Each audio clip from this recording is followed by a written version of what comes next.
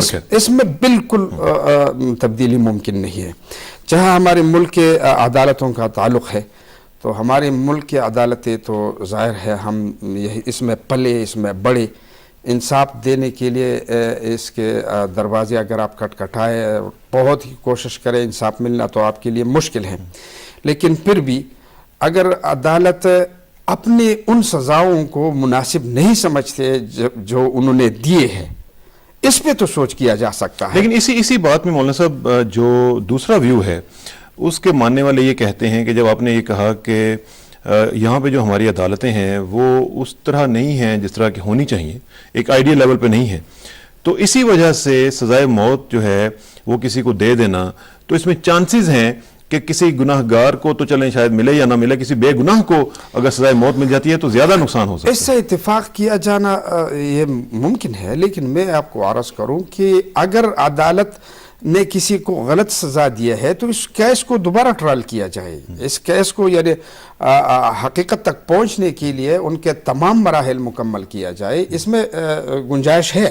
لیکن یہ ہے کہ مطلق سزا کو ختم کرنا اور اس کو عمر قید میں تبدیل کرنا، اس سے پوری ملک میں بدامنی ہوگی اور مذہبی لحاظ سے تو یہ ممکن نہیں ہے.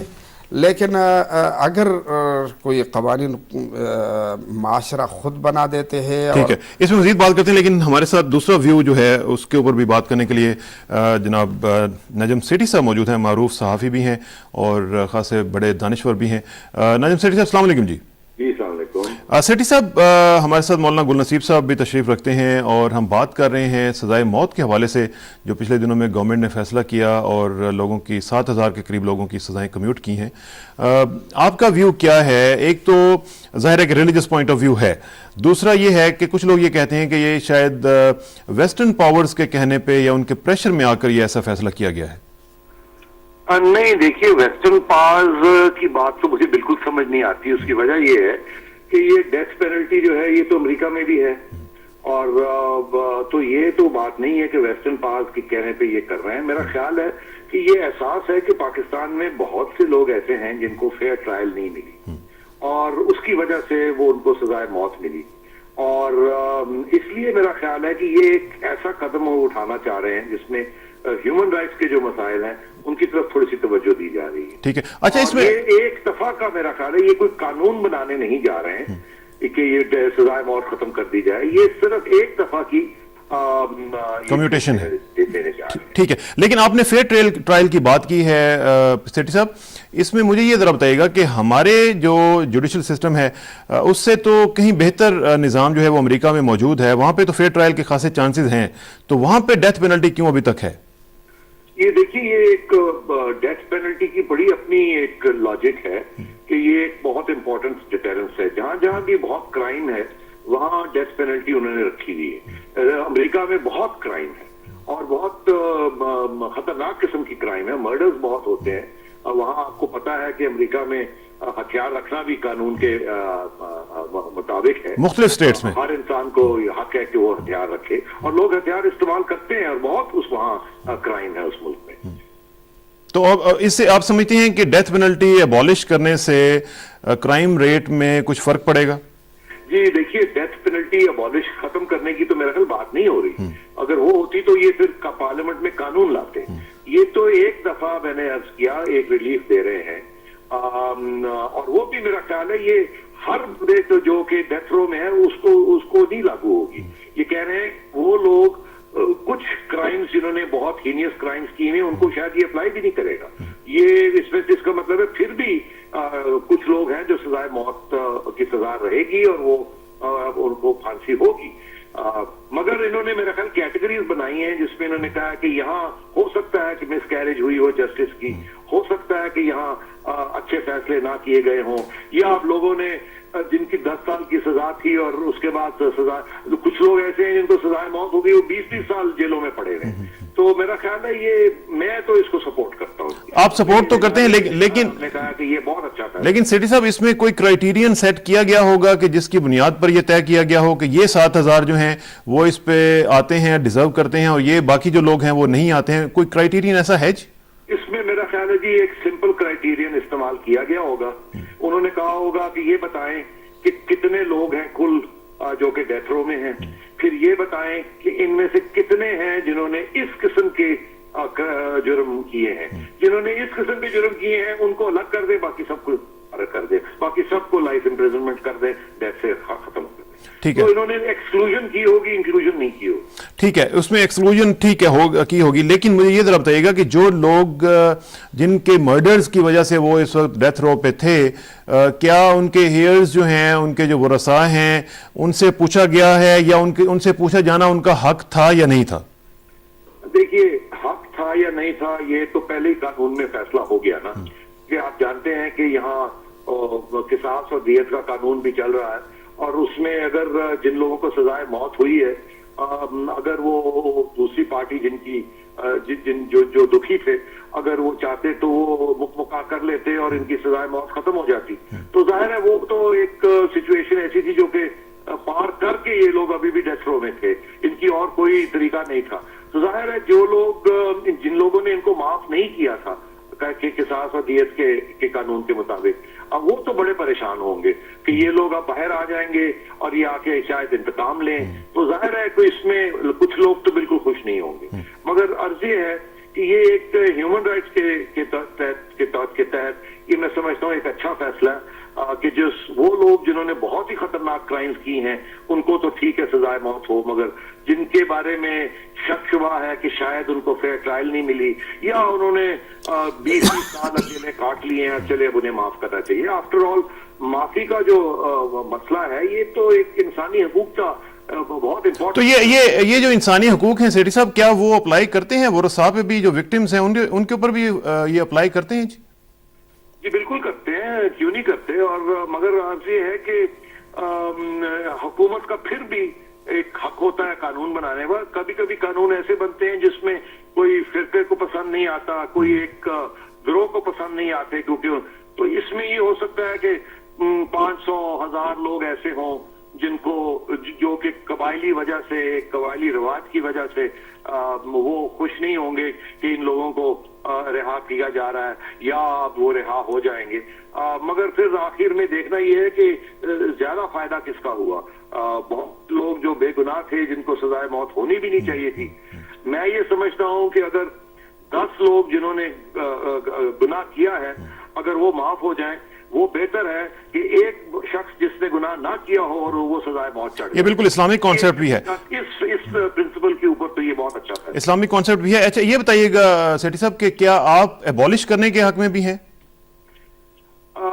ذاتی طور پہ میں سمجھتا ہوں جی کہ شاید ہمارے معاشرے میں ڈیتھ پینلٹی کے ابھی حق میں ہوں کہ یہ ہونی چاہیے, مگر اس کے لیے بہت سے سخت قانون ہونے چاہیے تاکہ کسی کے خلاف فیصلہ جو ہے وہ غلط فیصلہ نہ ہو جائے. کسی کی جان لینا جو ہے یہ اس سے بڑا جرم نہیں ہے اگر وہ غلط لے لی جائے. بالکل ٹھیک کہہ رہے ہیں آپ, اور اس میں مزید بات کریں گے. نجم سیٹھی صاحب آپ کا بہت بہت شکریہ جی, thank you very much. Najam Sethi صاحب ہمارے ساتھ موجود تھے اور بات کر رہے تھے اس وقت کی جو ڈیتھ پینلٹی کے حوالے سے ہم بات کر رہے ہیں اس کے حوالے سے. اور یہاں پہ میں یہ بھی بتاتا چلوں, گل نصیب صاحب تشریف رکھتے ہیں کہ یہ کانسٹیٹیوشن میں بھی یہ جو ہے آرٹیکل 45, گل نصیب یہ ذرا دیکھیے گا, president's power to grant pardon. یہاں پہ لکھا ہوا ہے the president shall have power to grant pardon, reprieve and respite and to remit, suspend or commute any sentence passed by any court, tribunal or other authority. یعنی basically جو constitution ہے وہ یہ کہہ رہا ہے کہ پریزیڈنٹ کو یہ اختیار حاصل ہے کہ وہ کسی کی بھی سزا جو ہے وہ ختم کر سکتا ہے.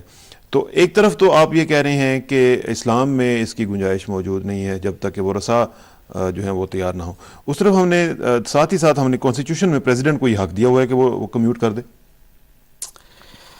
تو ہم یہ تو نہیں کہہ سکتے کہ 1973 کی آئین مکمل قرآن اور سنت کے مطابق ہے اور اسلامی ہے اور اس میں کسی قسم کی کوئی گنجائش قرآن اور سنت کے خلاف نہیں ہے, یہ تو ہم نہیں کہہ سکتے. اسی وجہ سے تو یہ باقاعدہ اسلامی نظریاتی کونسل کو تشکیل دیا گیا ہے, ان کو یہ اختیار دیا گیا ہے کہ آئین پہ نظر ثانی کرے اور ہر وہ قانون جو قرآن اور سنت کے خلاف ہے تو اس کے قرآن اور سنت کے مطابق قانون بنا کر اسمبلی میں لایا جائے اور اس کو منظور کیا جائے. تو یہ کوئی تضاد نہیں ہے اس میں. لیکن اس میں جو اسلامی نظریاتی کونسل ہے اس نے بھی یہ جو کہا ہے کہ آپ صرف ایک تو قتل کی صورت میں یا فساد فی الارض کی صورت میں آپ پینلٹی جو ہے یہ ڈیتھ پینلٹی یہ آپ دے سکتے ہیں، لیکن ہمارے ہاں تو 27 کے قریب ایسے اوفینسز ہیں جس میں دی جا سکتی ہے ڈیتھ پینلٹی، جو کہ انڈیپینڈنس کے وقت جب ہم آزاد ہوئے تھے اس وقت صرف 2 اوفینسز تھے، اب وہ 27 ہو چکے ہیں، تو یہ کوئی زیادتی تو نہیں؟ تو میرے خیال میں اس حوالے سے یہ تو قانونی مسئلہ ہے، اور قانونی مسئلہ قابل تحقیق ہے، اور اس پہ ہر کسی کو بولنے کا میرے خیال میں زیادہ حق بھی نہیں دینا چاہیے۔ جو لوگ سورسز آف لا جانتے ہیں، جو قوانین بنانا جانتے ہیں، جو قوانین کا نفاذ جانتے ہیں، یہ ایک بہت اہم مسئلہ ہے۔ اور قرآن اور سنت کے حوالے سے تو قصاص اور حدود کی تو وہی مسائل ہے جس میں کسی کو بالکل اختیار نہیں ہے کہ وہ اسی قسم کے رد و بدل کرے۔ تو میرے خیال میں اسلامی نظریاتی کونسل اگر ایک کانسیپٹ دیتے ہیں تو قرآن اور سنت کے مطابق ہو، قرآن و سنت کے خلاف تو نہیں دے سکتے۔ بالکل ٹھیک ہے۔ اسی پہ مزید بات کرنے کے لیے ناظرین ہمیں جوائن کیا ہے جناب خالد رانجھا صاحب نے، مسلم لیگ کے ساتھ تعلق ہے ان کا، اور لاہور میں وہ ہیں اس وقت، ان سے بات کریں گے۔ خالد رانجھا صاحب، آپ ذرا بتائیے گا کہ اس کا لیگل پرسپیکٹیو ذرا دیجیے گا کہ جو یہ ڈیتھ پینلٹی کے حوالے سے حکومت نے فیصلہ کیا ہے کہ 7,000 لوگوں کی سزا کو کمیوٹ کرنے کا، اس میں مختلف لوگوں کی ڈیبیٹ ہے، مختلف لوگوں کا پرسپیکٹیو ہے، آپ کیا سمجھتے ہیں کہ یہ صحیح فیصلہ ہے؟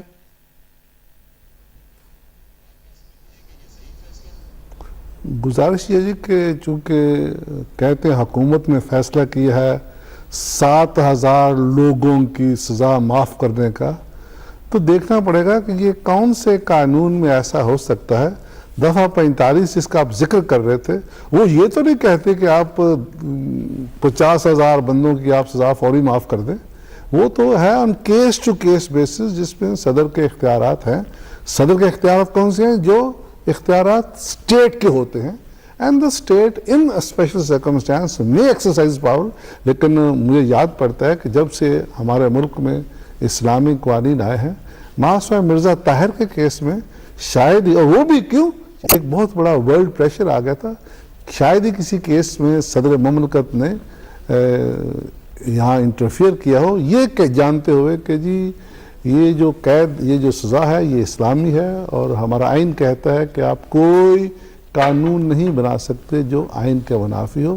لیکن مجھے بڑی حیرانگی ہے کہ اس دفعہ حکومت وقت جو ہے اسے ایک فوبیا ہو گیا ہے of passing orders through executive orders.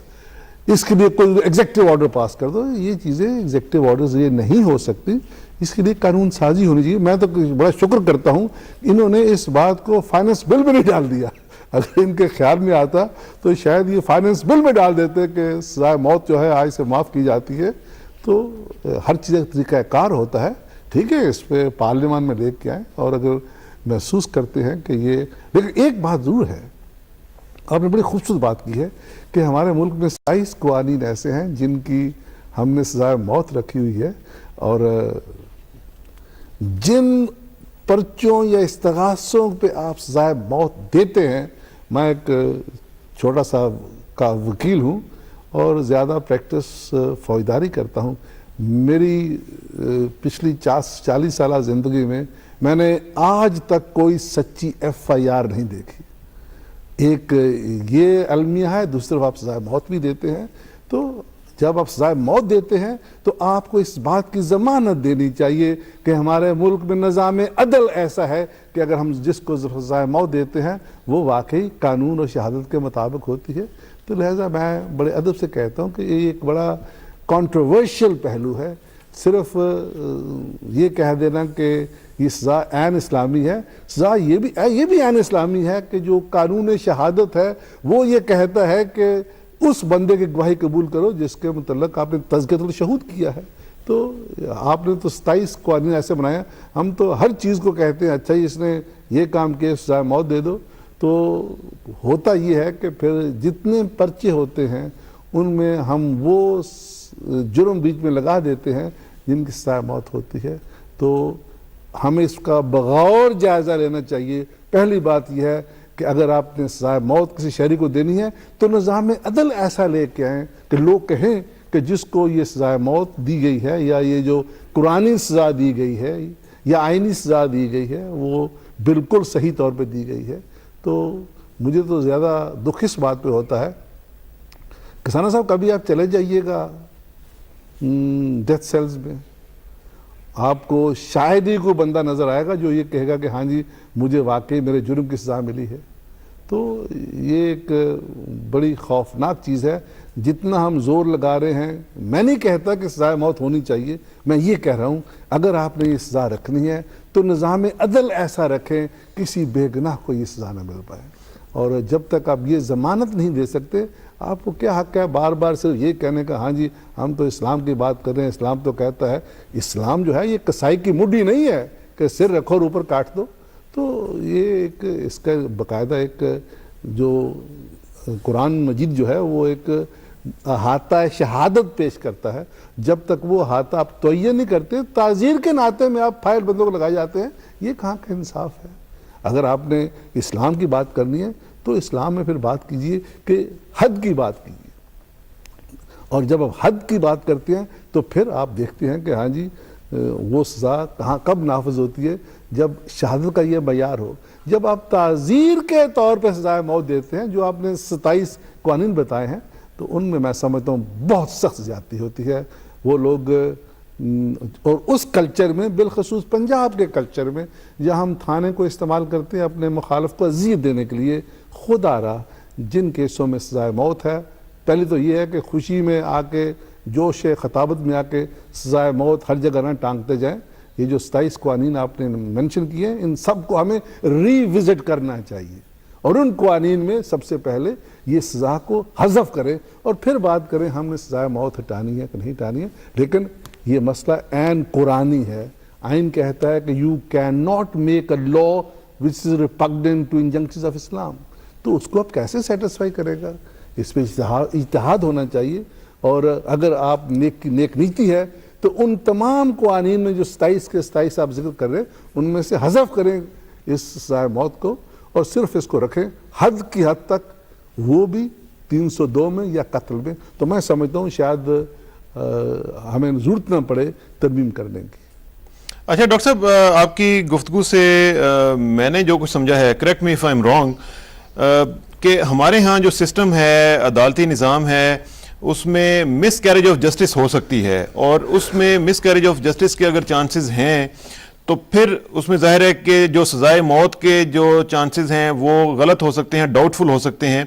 مجھے یہ بتائیں کہ پھر اس لحاظ سے تو دیکھا جائے تو حکومت نے یہ فیصلہ صحیح طور پر کیا ہے کہ اگر اس طرح کے چانسز میں لوگ وہاں پہ پھنسے ہوئے ہیں تو ان کو کم از کم ریلیف دے دیا جائے.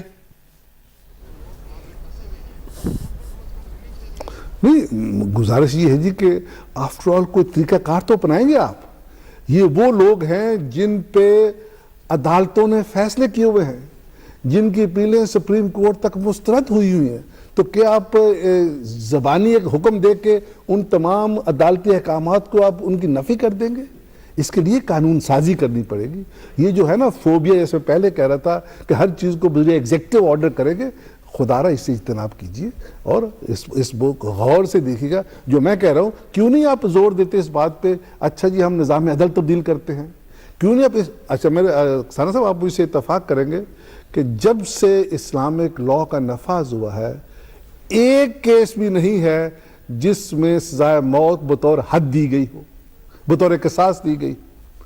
تو جہاں پہ قاضی کو, جج کو وہ معیار شہادت دیکھنا پڑتا ہے, وہاں یقیناً وہ سزائے موت نہیں دیتا. ہم تو بطور تعزیر سزائے موت دیے جاتے ہیں. اور اس لیے میں سمجھتا ہوں کہ اس کو اگر آپ نے بطور تعزیر رکھنا ہے تو پھر اس کا جائزہ لیجئے, کیا نظام عدل اس بات کا متحمل ہے کہ وہ آپ you can hand down death sentences.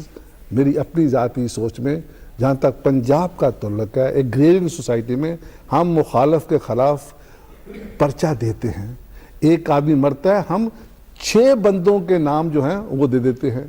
ایک بندے کو اگر 8 چھرے لگے ہیں تو آپ 8 ملزم بنا دیتے ہیں, اور پھر 8 کو سزا بھی ہو جاتی ہے. اس لیے جو ہمارا نظام عدل ہے, that needs to be revisited more than of course just saying کہ سزا موت ہٹا دو. اگر کیا عمر قید کوئی کم قید ہے؟ عمر قید کی اذیت جو ہے یہ سزائے موت سے کہیں زیادہ ہے.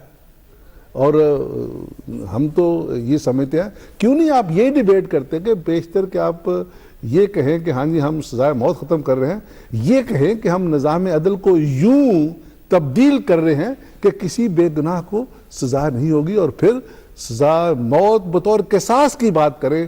جب آپ اس سے ہٹتے ہیں تو پھر آپ ایسے جو بھی شہادت پائی اس کی بنا پہ آپ اس کو سزا دے دیتے ہیں. تو میں تو صرف اس بات کا رونا رو رہا ہوں کہ ہمارے ہاں پرچہ شاید ہی کوئی سچا ہوتا ہو, شاید ہی, اور میں نے کبھی شاید ہی کیس دیکھا جس میں سارے گواہ سچے ہوں یا سارے ملزم صحیح ہوں اس میں. تو میں آپ سے یہ بڑے ادب سے کہتا ہوں کہ ایک اگریرین معاشرے میں جہاں سچائی بیسس نہیں ہے وہاں اتنی ہارڈ سزا دینے کے لیے بہت سوچنا چاہیے. اور اس پہ مزید بات کرتے ہیں ناظرین, ایک بریک کا وقت آن پہنچا ہے, بریک کے بعد واپس آئیں گے تو اس بات پہ مزید دیکھیں گے کہ یہ جو اتنا سینسٹیو ایشو ہے اس کی جو مزید جہتیں ہیں ان کو ذرا ایکسپلور کرنے کی کوشش کریں گے. After this break please sit tight, will be right back. Welcome back ناظرین. بات ہو رہی ہے ڈیتھ پینلٹی کے حوالے سے حکومت کے اس ڈیسیژن کی جس میں 7,000 افراد کی جو ڈیتھ پینلٹی تھی اس کو کمیوٹ کیا گیا ہے, اس کو عمر قید میں تبدیل کر دیا گیا ہے, اور اس پہ ہم بات کر رہے ہیں کہ یہ فیصلہ جو ہے اس کے کیا مضمرات ہو سکتے ہیں. یہ بھی آپ کو بتاتا چلوں کہ 1863 میں سب سے پہلے وینزویلا نے یہ ڈیتھ پینلٹی جو تھی وہ ختم کی تھی. اس کے بعد 115 ممالک اس کو ختم کر چکے ہوئے ہیں. ہمارا بھی ایک UN کا انٹرنیشنل کووننٹ ہے on civil and political rights, وہ بھی ہم پہ اپلائی کرتا ہے کہ ہم نے اس کو سائن کر دیا ہوا ہے. تو اس میں بھی یہی چیزیں ہیں جو خاصا جو انٹرنیشنل پبلک اوپینین ہے وہ اس حوالے سے خاصی سینسٹیو ہوتی ہے.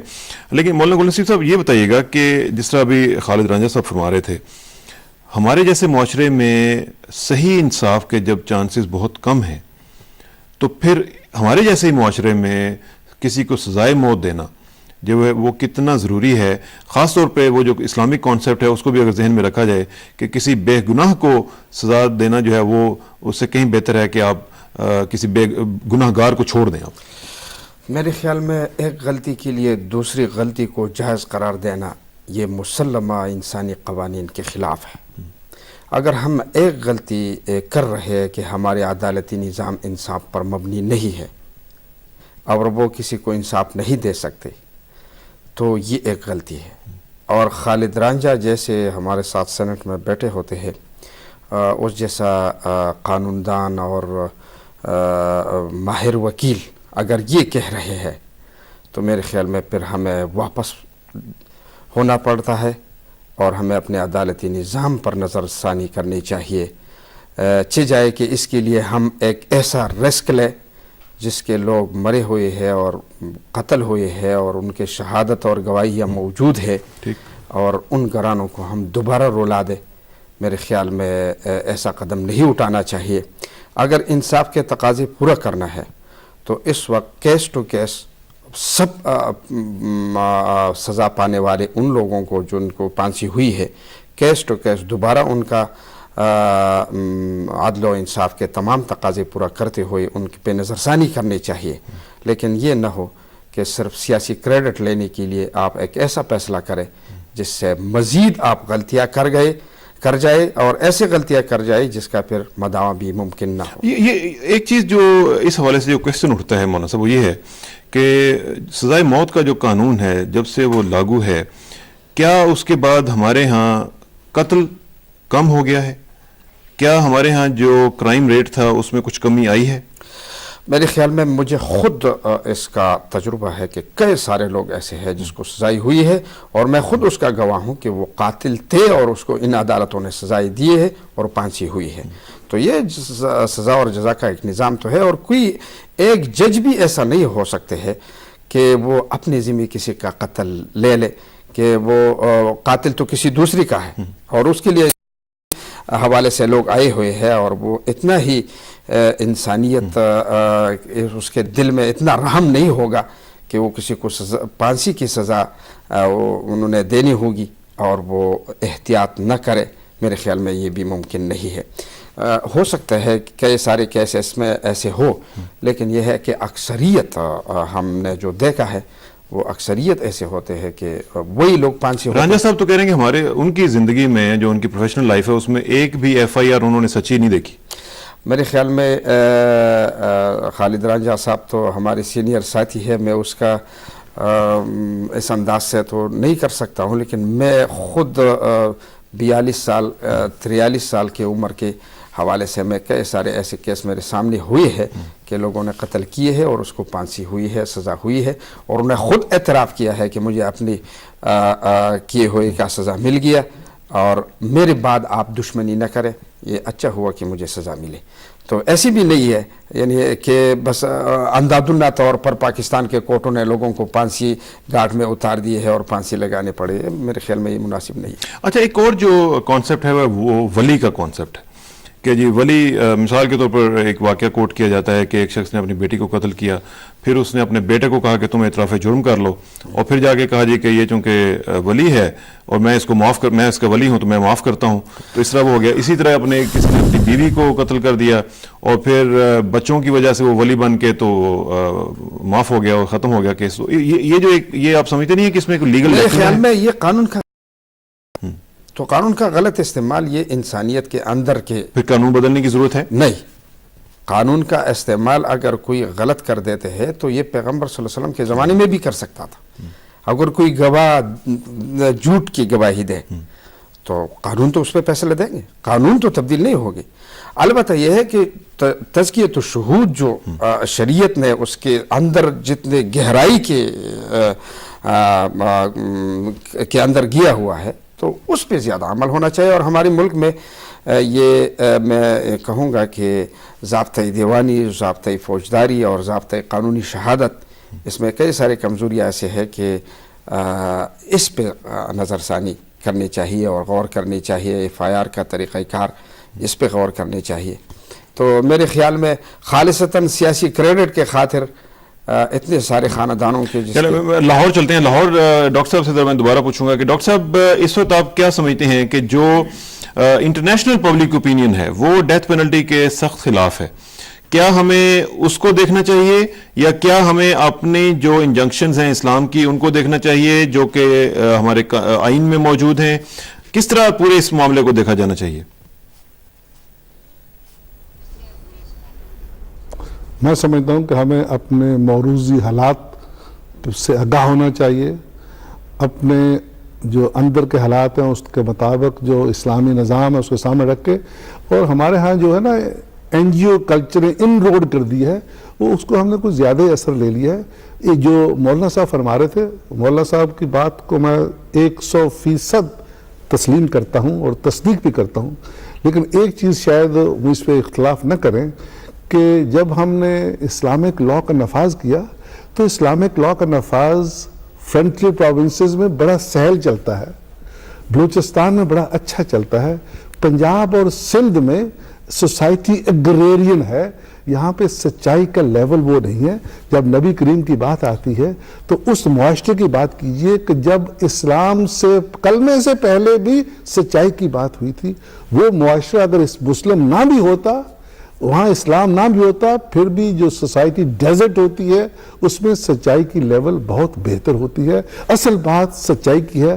ہمارے ہاں جو میں بات کر رہا تھا وہ یہ ہے کہ ایگریرین سوسائٹی میں جو میں چلو پنجاب کی بات کر لوں، وہاں پہ جو ہمارا زیادہ انحصار دھڑے بندی پہ ہے، اصول پہ نہیں، زیادہ انحصار ہمارا، ہم کہتے ہیں اچھا دوست کے لیے جھوٹ بولنا جائز ہے۔ تو یہ ایک ایسا ماحول ہے، میں جو کہہ رہا تھا کہ شاید ہی کسی کیس میں جس کیس پہ عدالتیں سزا دینے پہ مجبور ہوتی ہیں، در حقیقت وہ گواہ وہاں موجود نہیں ہوتے۔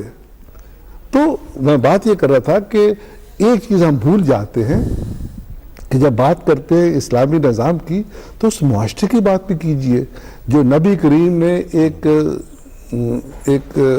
نئی چیز لے کے آئے تھے، ایک ریولوشن لے کے آئے تھے، وہ تھا کہ ہاں معاف کرنا۔ اور جب آپ نے معاف کرنے کے کانسیپٹ کو سوسائٹی میں، معاشرے میں ربن کر دیا تو پھر شاید ہی کسی کیس میں سزائے موت ہوتی تھی، لوگ معاف کرتے تھے۔ جو معاشرہ اگریرین ہے وہاں پہ معاف کرنا یا کہ یا بلڈ منی لینا، اس کو ہم کہتے ہیں فلاں نے خون بیچ دیا، اس کو برا سمجھتے ہیں. تو لہذا جیسے اسلام لیکن کہتا ہے کہ رانجھا صاحب ایک چیز مجھے بتائیے گا، میں sorry to cut you short, معاف کرنے کا جو حق ہے وہ حکومت کو ہے یا ورثاء کو ہے؟ یہ ذرا مجھے بتائیے گا کہ معاف کرنے کا حق کس کے پاس ہے؟ میں یہی گزارش کر رہا ہوں کہ معاف کرنے کا حق جو ہے یہ ورثاء کے پاس ہے.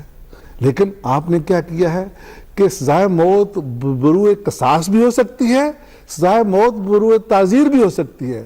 اگر سزائے موت بروئے قصاص ہو اور ایک وارث معاف کر دے تو سزا ساقط ہو جاتی ہے. لیکن اگر سزائے موت بروئے تعزیر ہو، جب تک سارے معاف نہ کریں سزا ساقط نہیں ہو سکتی. اب یہ انعملی ہے، میں تو کہتا ہوں ہاں سزا موت رکھو جب تک قصاص کے تناظر میں آئے تو جائز ہے. قصاص کے ہٹ کے میں سمجھتا ہوں جب آپ بطور تعزیر لاگو کرتے ہیں تو پھر ہمارے جیسے لوگ جو گوئیاں دیتے ہیں دھڑے کے بیسس پہ، پھر اب توقع کرتے ہیں کہ ہاں جی اس کو ہم سزائے موت ہونی چاہیے. سزائے موت کے لیے میں سمجھتا ہوں ایک بڑی ایکسٹریم کوشچن کی ضرورت ہے. اگر آپ اسلامی نظام کی بات کرتے ہیں تو پھر جب تک آپ پوری قوم کو سرشار نہیں کرتے اس بات سے کہ اگر معاف کر دیں تو بہتر ہے، تو میں سمجھتا ہوں کہ اس وقت تک سزائے موت کا غلط استعمال، جیسے مولانا صاحب نے کہا کہ قانون میں خرابی نہیں ہے، اس کا ہم استعمال غلط کرتے ہیں. تو ہم یہ جو سوچ ہے جی سزائے موت سے جرم کم ہو جائے گا، یہ سوچ بالکل درست نہیں ہے. آپ جتنی مرضی سزائیں بڑھا لیں، آپ نے کہتے ہیں 27 قوانین میں ہم نے سزائے موت ڈالی ہے، کتنے جرم کم ہوئے ان قوانین کے تابع؟ Punishment is not an answer to decreasing the crimes. Crime کی اور وجوہات ہیں، آپ ان پہ توجہ دیں. اگر آپ کہتے ہیں سزائے موت ہمیں نافذ رکھنی ہے اس لیے کہ یہ جرم کم ہوں گے، میں اس سے اتفاق نہیں کرتا. لیکن یہ بھی کہتا ہوں کہ جہاں تک اسلامک لاز ہیں آپ ان سے انحراف نہیں کر سکتے، کیونکہ دوسرے ممالک جہاں اسلامک قوانین نہیں ہیں وہ اس کو اپروو نہیں کرتے.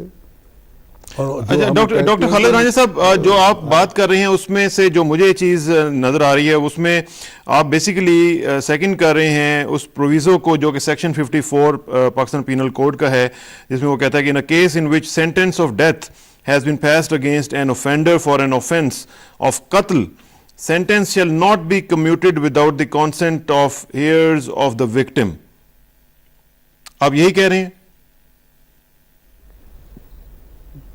جی اور اس کو میں سمجھتا ہوں یہ ایک اب یہ تمام چیزیں جو ہیں یہ نئی آئی ہیں، لیکن ہم جو قانون میں جو پاور آف اسٹیٹ ہے ٹو remit اور commute a sentence، اس کو میں سمجھتا ہوں ضرور رہنا چاہیے. اس کا بھی بے جا استعمال نہیں ہونا چاہیے. آپ کو یاد ہوگا کہ جب بھی صدر امریکہ کا جانے لگتا ہے تو چند لوگوں کی سزائیں معاف کر جاتا ہے، پھر آتا ہے پریس میں کہ دیکھیں جی اس نے سزائیں معاف کر دی. وہاں بھی بیشتر سٹیٹس میں سزائے موت ہے، لیکن ایٹ لیسٹ وہ یہ تو کہہ پاتے ہیں کہ ہاں جی ہم بڑی کوشن لیتے ہیں کہ کسی آدمی کو سزائے موت غلط نہ ہو. لیکن ہمارے ہاں وہ جو شاہد ہے اسے کوئی خوف نہیں، جو کہوں گا ایمان سے سچ کہوں گا، اور اس کے بعد جھوٹ بول دیتا ہے. اور جو قاضی ہے، جو جج ہے، اس نے تو شہادت پہ سزا دینی ہے نا. اور اگر گواہ جو ہے وہ سچا نہ ہو تو جج بیچارہ کیا کرے گا؟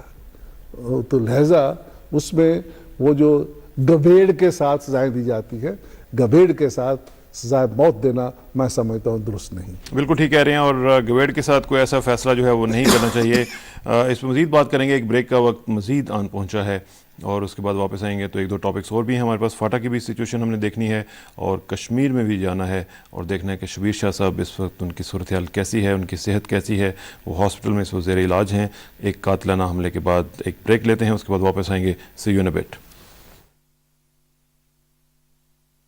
اس فیصلے کی جو کہ حکومت وقت نے کیا ہے، جس میں 7,000 سزائے موت کے قیدیوں کی جو سزا ہے اس کو کمیوٹ کر دیا گیا ہے اور اسے عمر قید میں تبدیل کر دیا گیا ہے.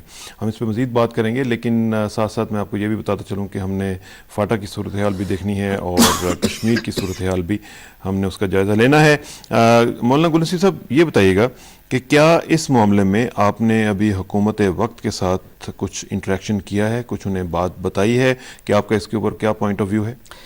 اب تک تو یہ فیصلہ واضح نہیں آیا تھا، اور جمعیت علماء اسلام کے مرکزی امیر نے اس حوالے سے اپنا ایک بیان بھی جاری کیا تھا کہ وفاقی حکومت اس حوالے سے اب تک ہمارے ساتھ کوئی مشورہ نہیں کر چکے ہے. تو اب چونکہ ایک فیصلے کی وضاحت آ گئی ہے تو اس حوالے سے جمعیت علماء اسلام اپنی پالیسی جو ہے وہ واضح کرے گی کہ اس حوالے سے ہماری کیا پوزیشن ہے. کتنی زیادہ کمٹمنٹ ہے آپ کی اس حوالے سے؟ آپ کس حد تک جا سکتے ہیں؟ آپ اگر آپ کی بات نہیں سنی جاتی یا آپ کی بات کو نہیں مانا جاتا تو کیا کریں گے آپ؟ ظاہر ہے اس حوالے سے تو ہم اپنے یہ ایک ایسی فیصلہ نہیں ہے جس کے حوالے سے کوئی بڑا ایکشن لیا جائے.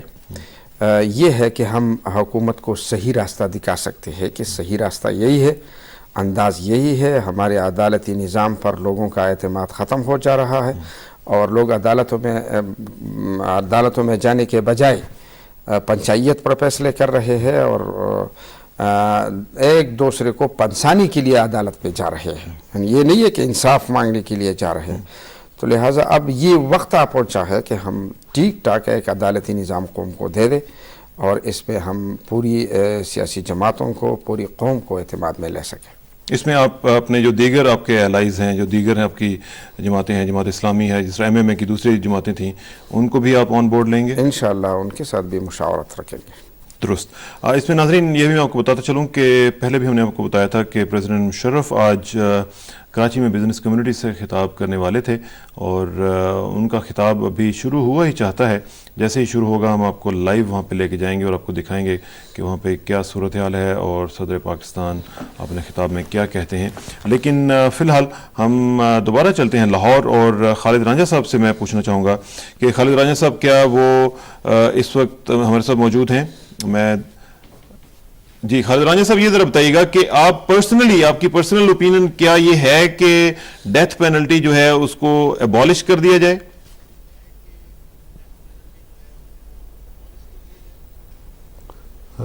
میں سمجھتا ہوں کہ اگر آپ نے ایبالش کرنا ہے تو یہ فرض جو ہے یہ پارلیمان میں آتا ہے. کسی فرد واحد کو یہ اختیار نہیں ہے کہ جی مجھے حکم ہوا ہے یورپ سے، مجھے اطلاع ملی ہے فلاں ملک سے کہ وہ اس سزا کو پسند نہیں کرتے. یہ ایک قانون رائج ہے صدیوں سے اس ملک میں اس کو تبدیل کرنے کے لیے، اور اسپیشلی جب اس میں بات آ جاتی ہے کہ آئین کہتا ہے کہ کوئی قانون نہیں بنے گا جو اسلام کے منافی ہو، تو سزائے موت جو ہے یہ اسلام میں ریکگنائز ہوتی ہے. یہ علیحدہ بات ہے کہ اس کے لیے جو نقطہ شہادت ہے وہ مختلف ہے. میں پھر کہوں گا کہ اس کو منسلک کیجئے ود اسٹینڈرڈ آف ایویڈنس، تاکہ کسی شاذ و نادر کسی کیس میں یہ سزا دینی پڑے یا واجب ہو. لیکن ہم تو آئے دن آپ چلے جائیں سیشنز کورٹ میں، دیکھیں کتنی سزائے موت ہوتی ہیں، پھر کتنے لوگ آ کے ہائی کورٹ بری ہوتے ہیں، کتنی سزائیں کنفرم ہوتی ہیں سپریم کورٹ میں.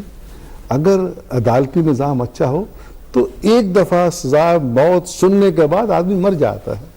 تو اگر آپ نے اس سزا کو عین اسلامی رکھنا ہے تو پھر اس کے ساتھ جو قانون شہادت ہے اس کا سٹینڈ آف پروف اتنا لے کے آئیں تاکہ لوگ کہہ پائیں کہ ہاں جی اس سزا کو ہم رکھنے میں حق بجانب ہے.